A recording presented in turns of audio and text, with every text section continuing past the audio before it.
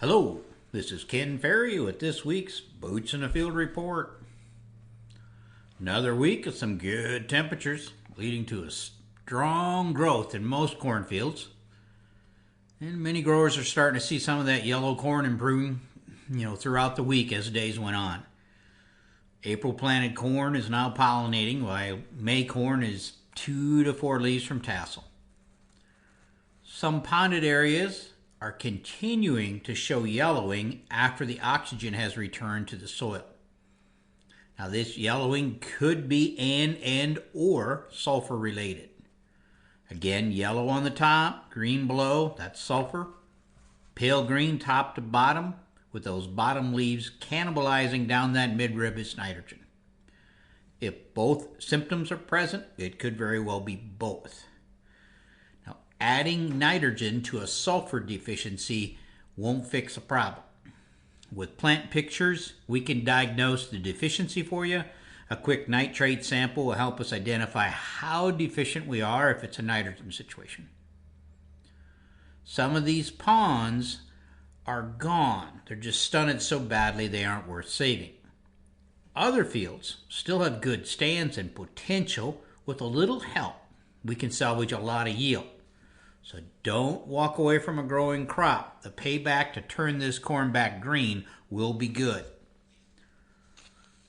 A large amount of double crop beans went in last week. Some of these double crop beans went in behind wheat. Some went behind soybeans and some went behind corn as we continue to fill in and replant these ponds.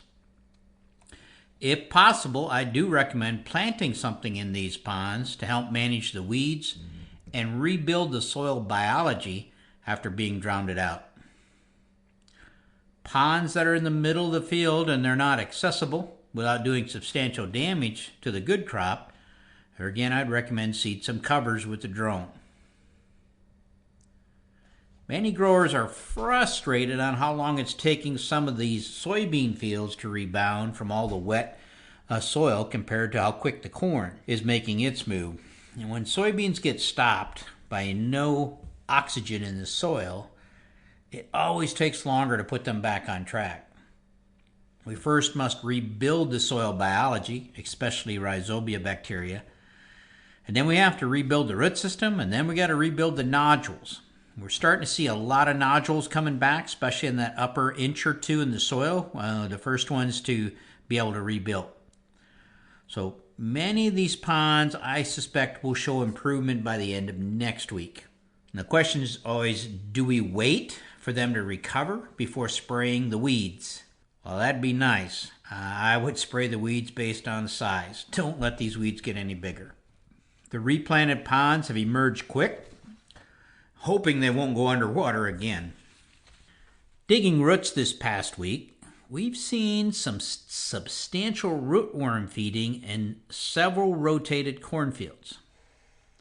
The worst damage is in corn with no below-ground traits, but some fields that are traded also have damage. We're finding anywhere from 4 to 7 larvae per plant when we're digging these corn roots, and 2 complete nodes of roots that are gone. Most of the larvae were still feeding. We didn't find any pupa, but it was easy to find the larvae. So far, the heaviest of these issues have been north of Bloomington. When you find this feeding, one thing is clear: your current insecticide plan is not working, whether that's crop rotation or traits. If your below-ground trait shows a lot of feeding, these rootworm are resistant to that trait. When we find these damaged fields, growers are somewhat puzzled because they put out sticky traps in the beans and hardly caught anything. Let's put some sticky traps in the cornfields this year to see what color those rootworm beetle are. In the north, most of our troubles are with the northern rootworm, which is a green booger. These rootworm don't lay their eggs in bean fields. They'll stay in the cornfield and lay their eggs, but they are capable of extended diapause. Not all the eggs will hatch the following year in the beans, where they would die if they would hatch. With northern corn rootworm, it's all about the pressure you had last time it was in corn. Now let's say if disease is deteriorating a cornfield, when we have pregnant rootworm beetle flying around, they will move to a healthier field. Western rootworm, the striped beetle, yellow in stripes, they'll lay their eggs in a bean field if they can't find a suitable cornfield that's green. Northern rootworm beetle, again the green one, they'll lay their eggs in the best looking cornfield they can find. So, for example, let's say you sprayed twice last year to control southern rust and tar spot. Come fall, you had some of the greenest corn in the neighborhood. Guess where the rootworm, both northern and western, in your neighboring fields that died prematurely for disease went? Your green crop became the neighborhood catch crop. With green cornfields to go to, you may not find many beetles in the soybean sticky traps. Crop rotation will take out the western rootworm beetle and what northerns hatch in the bean field the following year. But the rest of the northern will hatch the following year after that when you're back into corn. The pest teams need to document what beetles they are seeing in both corn and bean fields, as well as how much damage they are seeing to the root systems. Typically, we can see warning signs in advance of needing to change our rootworm program. But when it comes to a situation like last year, when some of these fields around you went into meltdown mode due to heavy disease pressure, and yours was still green, again, you could be the neighborhood catch crop like a field of pumpkins. You could go from very little damage on your naked, non-traded corn last year to full nodes missing next year. This is one of the reasons I hesitate when growers ask about dropping traits and going naked, no insecticide, to save money on their rotated acres. And when I ask, what do we know about the rootworm pressure? And the answer is, I don't, but my neighbor is doing it and he's getting by good. If this same neighbor has corn dying early due to disease pressure because he's not spraying a fungicide, you may be a catch crop for your neighbor.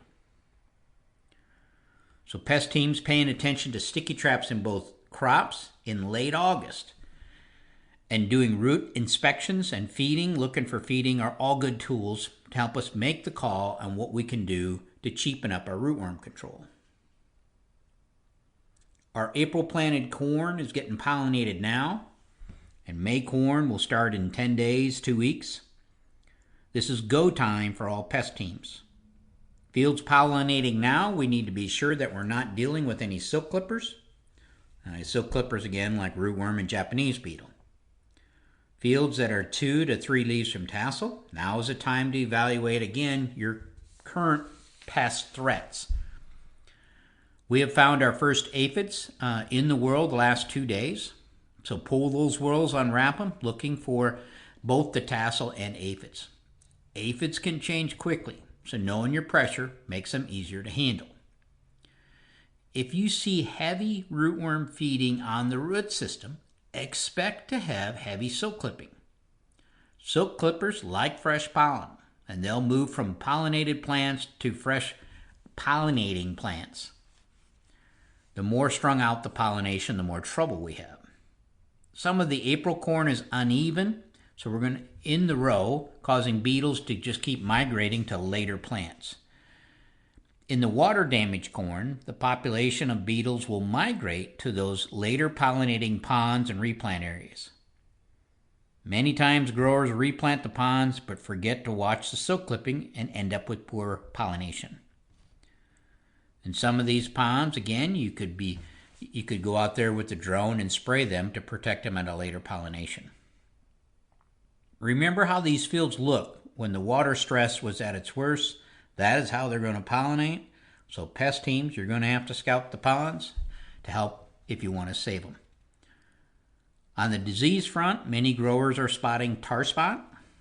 I've seen it in every field but one the last 8 days. It is at the bottom, and you got to go look for it. We're seeing some northern leaf blight, but it's mainly hybrid sensitive. With all the rain, we're seeing that physoderm, where the water sits in the whorl for about 48 hours, and that also looks to be variety sensitive. Pest teams will have to keep monitoring the pressure, which will be determined by future weather conditions. Without heavy disease pressure, I would monitor pollination to be sure we don't have to deal with the beetles or the aphids to get this crop pollinated, and stay away from aphids waxing the top. Jumping the gun too soon with your fungicide could cause you to have to go back and clean up the insects. Many of these fields will pollinate uneven due to water damage, so wait for the ponds to get pollinated before you pull the trigger if you're not seeing much disease pressure. The crews are finishing up our soil testing. It was a struggle for them this year. They did a fantastic job. Some of the fields got too tall before they dried out, and we'll be moving them to fall testing. They are starting to test the weed acres, so don't forget to call them in as you get your harvest wrapped up. The team is working hard here at the campus to get it in shape for our field day next week. They're out there spraying 4-foot tall water hemp as I speak, with different mixes for comparisons for your viewing. Our field day is approved for 7.5 CEU credits. The annual round-robin crop report starts at 8:15 sharp, says Katie. I got a feeling this could be one of the more interesting crop reports we've heard in a while. If you haven't already, let us know how many guys are coming from your operation for food prep. Like always, it's a rain-shine event. The Farm Journal Corn Soybean College event is only 2 weeks out. The Corn Soybean College event is approved for 13 CEU credits for the 2-day event. What I really enjoy about this event is a chance to talk to growers from all over the Midwest. Many attendees enjoy this as well, getting a chance to hear what other growers are doing in different states. Already we have people registered from Minnesota to Kentucky, Indiana, Ohio, New York, Maryland. Every year we do a crop report with the attendees. I got a feeling this report could be interesting as well.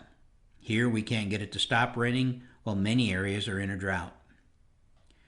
If you aren't registered, you can go to our website and click on the Corn Soybean College tab. See the full 2-day agenda there and get yourself registered. If you've never been to Corn College before, it's a mix of inside classrooms and air conditioning mixed with field classrooms. So we make you sweat and then we cool you down. This is also a rain or shine event. If the weather gives us trouble, we have workarounds. Attendees that get registered for our actual event will be also registered for the virtual event in January for free. And that's when you get to review the work that we did in the 2-day event, plus see the data from the plots that you got to visit while you're here. Those of you returning to Corn College, you're eligible for a previous attendee discount. If you have multiple people from your operation or the local coffee shop club, we have what I call the pickup load discount for 5 people and a group discount for 10 or more. Now, if you need any assistance or want to pay by check to avoid platform fees, just contact the office and the girls will help you out. To stay up to date, check out our website at croptechinc.com and subscribe to our podcast, Boots in the Field Report. Keep her safe, keep her moving.